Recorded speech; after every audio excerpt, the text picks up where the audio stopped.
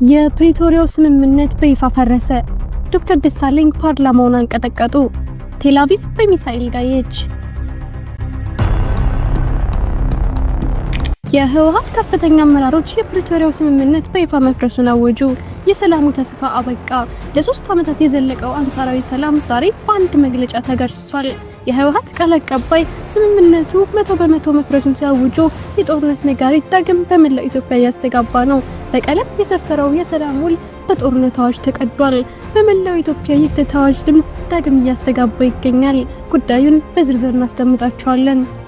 የሚሊዮኖች ንብረት በአንድ ሹፌር ስህተት ሊወረስ ነው። በኢትዮጵያ ትራንስፖርት ዘርፍ ላይ እንደ መብረቅ የተሰማው አዲሱ ረቂቅ አዋጅ በፓርላማው ብርቱ ሰው ተቃውሞ ገጠመው። ቀደም ሲል በገንዘብ ቅጣት ይታለፍ የነበረው የኮንትሮባንድ ጭነት አሁን ግን መኪናው ሙሉ በሙሉ ይወረስ በሚል መለወጡ ባለሀብቱን ክፉኛ አስደንግጧል። ዶክተር ደሳለኝ ጫኔ በፓርላማው ባደረጉት ንግግር ይህ ህግ ንጹሃን ባለሀብቶችን ከገበያ የሚያስወጣና ኢንቨስትመንትን የሚገድል ነው ሲሉ መንግስትን ፊት ለፊት ተጋፍጠዋል። ይህም ሌላኛው አበይት ጉዳያችን ነው። ከውጭ ዜና ቴል አቪቭ በእሳት ነበልባል ተዋጠች። ሄዝቦላ እስራኤልን መታ። የመካከለኛው ምስራቅ ሰማይ በእሳት ዝናብ ተሸፍኗል። የሊባኖሱ ሄዝቦላ በመቶዎች የሚቆጠሩ ገዳይ ሚሳኤሎችን ወደ እስራኤል እምብርት ቴል አቪቭ በመተኮስ ከተማዋን ወደ ሲኦል ቀይሯታል። የአየር መከላከያ ስርዓቶች ሚሳኤሎችን ለመምታት በሚያደርጉት ጥረት ሰማዩ በጭስና በእሳት ተሞልቷል። በሚሊዮን የሚቆጠሩ ሰዎችም ወደ መሸሸጊያ ስፍራዎች እየሮጡ ነው። ዝርዝር ዘገባውን ይዘናል። አብራችሁን ቆዩ። ሰላም ውድ ቤተሰቦች እንደምን አላችሁ? ይህ ዜና ላፍታ ነው። ቪዲዮውን ላይክ በማድረግ ይጀምሩ እያልን ወደ ዝርዝር ዜናዎች አለፍን።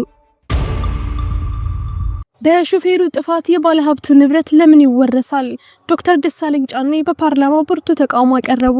በኢትዮጵያ የትራንስፖርትና የኢንቨስትመንት ዘርፍ ላይ ከፍተኛ ድንጋጤ ሊፈጥር የሚችል አዲስ የህግ ማሻሻያ በፓርላማ ቀርቦ ብርቱ ክርክር አስነሳ። ኮንትሮባንድ የጫኑ ተሽከርካሪዎች ላይ ቀደም ሲል ይጣል የነበረው የ100,000 ብር የገንዘብ ቅጣት ተነስቶ ተሽከርካሪው ሙሉ በሙሉ በመንግስት እንዲወረስ የሚደነግገው አዲሱ ረቂቅ አዋጅ በህዝብ ተወካዮች ምክር ቤት አባል ዶክተር ደሳለኝ ጫኔ ዘንድ ከፍተኛ ተቃውሞ ገጥሞታል። ይህ ህግ የብዙዎችን ንብረት ለአደጋ የሚያጋልጥና የንግድ እንቅስቃሴውን ሽባ ሊያደርግ የሚችል አደገኛ እርምጃ ተብሎ ተፈርጇል።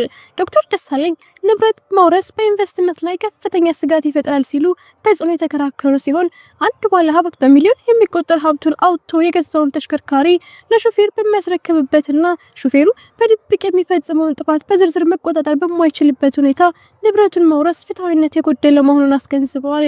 ባለሀብቱ ለሹፌሩ ጥፋት በንብረት ሊቀጣ አይገባም ያሉት ዶክተር ደሳለኝ እንዲህ አይነቱ ጠንካራና ድሎ የሌለበት የሚመስል ህግ ንጹሃን ባለሀብቶችን ከዘርፉ እንዲሸሹ በማድረግ የሀገሪቱን የንግድ እንቅስቃሴ ሊያቀዘቅዝ እንደሚችልም በምሬት ገልጸዋል። የኮንትሮባንድ ወንጀል መከላከል ቢገባም ቅጣቱ ግን ወንጀለኛውን ለይቶ የሚቀጣና ተመጣጣኝ መሆን እንዳለበት ያሳሰቡት ዶክተር ደሳለኝ አዋጁ በድጋሚ እንዲመረመር ጥሪ አቅርበዋል። ይህ አዋጅ ከጸደቀ የትራንስፖርት ዘርፉን አደጋ ላይ ይጥላል ተብሎ እየተፈራ ሲሆን ጉዳዩ በመላው የንግድ ማህበረሰብና በከባድ መኪና ባለንብረቶች ዘንድ ከፍተኛ መነጋገሪያና ስጋት ሆኗል።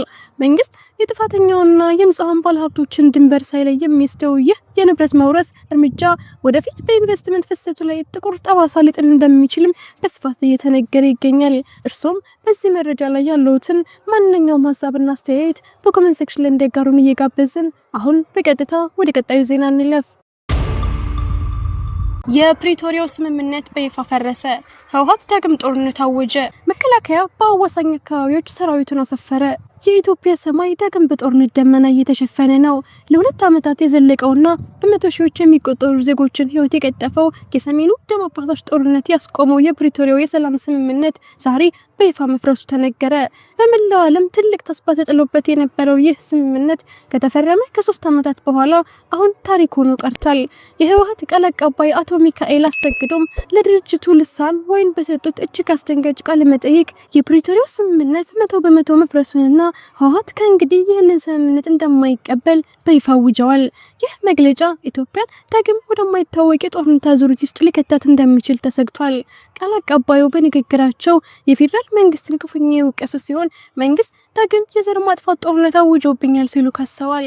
ህወሓት በአሁኑ ወቅት ለህልውና የባለው መጠነ ሰፊ ዝግጅት ለከፍተኛ ጦርነት በስፋት እየተዘጋጀ መሆኑን በይፋ እየገለጸ ይገኛል። ይህ የጦርነት ዝግጅት ከመቼውም ጊዜ በላይ ተጠናክሮ የቀጠለ ሲሆን ቃል አቀባዩም በቃለ መጠይቃቸው ይህ የህልውና የህልውና ጉዳይ ነው ካሉት በተቃራኒው የቆሙትን የቡድኑ ተቃዋሚዎችን ከፍተኛ ክህደት የፈጸሙ ሲሉ በከባድ ቃላት ወንጅለዋል። ይህም በክልሉ ውስጥ ያለውን የፖለቲካ ውጥረት ወደ ከፍተኛ ደረጃ ደርሶታል። በሌላ በኩል ከፌደራል መንግስት በኩል የሚሰሙት መረጃዎች ነገሩ ምን ያህል አሳሳቢ እንደሆነ ያመላክታሉ። ጠቅላይ ሚኒስትር አብይ አህመድ የህወሓትን የጦርነት ዝግጅት በንቃት እየተከታተሉ መሆኑን በመግለጽ ማንኛውንም አይነት ትንኮሳ ለመመከት በቂ ዝግጅት መደረጉን ለህዝብ ይፋ ማድረጋቸው ይታወሳል። በትግራይ አዋሳኝ አካባቢዎች የፌደራል መንግስት ሰራዊት በከፍተኛ ሁኔታ መሰማራቱ የሚነገር ሲሆን ሁለቱም ወገኖች ጣታቸውን በቃታ ላይ ያሳርፈው ትዕዛዝ እየጠበቁ መሆናቸው በግልጽ እየታየ ነው። በፕሪቶሪያው ስምምነት መሰረት በአንድ ወር ውስጥ ትጥቅ ለመፍታት የተስማማው ህወሓት ይበልጥ ተደራጅቶና ታጥቆ ዳግም ወደ ግጭት ለመመለስ መቁረጡ አገሪቱን ወደ አስከፊ ቀውስ ሊከታት ይችላል። ይህ ሁሉ የጦርነት ጉሰማ እየተሰማ ያለው ግን በትግራይ ህዝብ ላይ ሌላ መሪር ስቃይ እየታየ ባለበት ወቅት ነው። በትግራይ ክልል አሁንም ድረስ 2.3 ሚሊዮን ዜጎች በአስቸኳይ የሰብአዊ እርዳታ የሚፈልጉ ሲሆን ከእነዚህ ውስጥ 1.4 ሚሊዮን የሚሆኑት ምንም አይነት እርዳታ ሳይደርሳቸው በረሃብ አለንጋ እየተገረፉ ይገኛሉ። በሚሊዮኖች የሚቆጠሩ ተፈናቃዮች መጠለያ ተው ባሉበት፣ ህጻናትና አረጋውያን በመድኃኒት እጥረት በሚረግፉበት በዚህ ወቅት የሰላም ስምምነቱ መፍረስና ወደ ጦርነት መመለስ ክልሉን ብቻ ሳይሆን መላው ሀገሪቱን ለከፋ ሰብአዊ ጥፋት የሚያጋልጥ ሆኗል። ዓለም አቀፉ ማህበረሰብም ይህንን ሁኔታ በስጋት እየተከታተለው ይገኛል። ቪዲዮአችንን ላይክ ማድረግ አይርሱ እያልን ወደ ውጭ ዜና አለፍን። የእሳት ዝናብ በቴል አቪቭ ሰማይ ላይ። ሂዝቦላህ በመቶዎች የሚቆጠሩ ሚሳኤሎችን ወደ እስራኤል ተኮሰ። አሁን በደረሰን መረጃ መሰረት በመካከለኛው ምስራቅ ያለው ውጥረት ወደማይመለስበት ደረጃ ተሸጋግሯል። የሊባኖሱ ታጣቂ ቡድን ሂዝቦላህ ከጥቂት ሰዓታት በፊት ጀምሮ በመቶዎች የሚቆጠሩ ገዳይ ሚሳኤሎችን ወደ እስራኤል ቴል አቪቭ በማዝነብ ላይ ይገኛል። ከተማዋ በአሁኑ ሰዓት በከፍተኛ ድንጋጤ ውስጥ ትገኛለች። በቴል አቪቭ ሰማይ ላይ የሚታየው ትዕይንት እጅግ አስፈሪ ነው። የእስራኤል የአየር መከላከያ ስርዓት አይረን ዶም የሚሳኤል ጥቃቶችን ለመመከት በሚያደርገው ተከታታይ ሙከራ መላው ሰማይ በደማቅ እሳትና በጭስ ተሸፍኗል። በከተማዋ ያሉ ሳይረኖች ያለምንም ማቋረጥ እየጮሁ ሲሆን በሚሊዮኖች የሚቆጠሩ ነዋሪዎች ወደ ቦምብ መሸሸጊያ ስፍራዎች በመሮጥ ላይ መሆናቸውን የዓይን እማኞች እየገለጹ ነው። ሂዝቦላህ ባወጣው መግለጫ ይህ ጥቃት ታሪካዊና መጠነ ሰፊ መሆኑን ገልጿል። ጥቃቱ በተለይ ያነጣጠረው በቴል አቪቭ እምብርት በሚገኘው የእስራኤል መከላከያ ሚኒስቴር ዋና መስሪያ ቤትና በሌሎች ወታደራዊ ደህንነት ተቋማት ላይ እንደሆነ ታውቋል። ይህ እርምጃ እስራኤል በደቡባዊ ሊባኖስ ላይ ለከፈተችው የምድር ወረራ የተሰጠ ቀጥተኛ ምላሽ መሆኑን ቡድኑ አስታውቋል። እስካሁን ባለው መረጃ 6 ሰዎች ቀላል ጉዳት የደረሰባቸው ቢሆንም በቴል አቪቭና አካባቢው በሚገኙ የመኖሪያ መንደሮች ላይ ከፍተኛ የንብረት ውድመት ደርሷል። የሚሳኤሎቹ ብዛትና ጥንካሬ የከተማዋን መሰረተ ልማቶች ክፉኛ እየፈተነ ይገኛል። የወታደራዊ ተንታኞች እንደሚሉት ይህ ጥቃት ጦርነቱን ወደ አዲስና አደገኛ ምዕራፍ አሸጋግሮታል።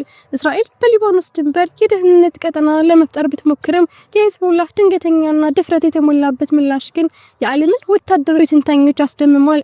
አሁን ያለው ሁኔታ የሁለቱም ሀገራት ድንበር አልፎ መላውን ቀጠና ወደማይመለስ መጠነ ሰፊ ጦርነት እየከተተው ነው። የዓለም ሀያላን ሀገራት ውጥረቱን ለማርገብ ቢሞክሩም በመሬት ላይ ያለው እውነታ ግን ጦርነቱ ይበልጥ እየተፋፋመ መሆኑን ያሳያል። በአሁኑ ሰዓት የእስራኤል የጦር ካቢኔ አስቸኳይ ስብሰባ ላይ መሆኑ ተሰምቷል። እስራኤል ለዚህ ከባድ የሚሳኤል ዝናብ ምን አይነት ምላሽ ትሰጥ ይሆን? የሊባኖስ ዋና ከተማ ቤይሩት ቀጣዩ ኢላማ ትሆን ይሆን ወይንስ ጦርነቱ ወደ ሌሎች ጎረቤት ሀገራት ይስፋፋል?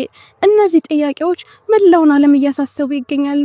እኛም በየደቂቃው የሚለዋወጠውን ይህን አደገኛ ሁኔታ እየተከታተልን ለእናንተ የምናደርስ ይሆናል።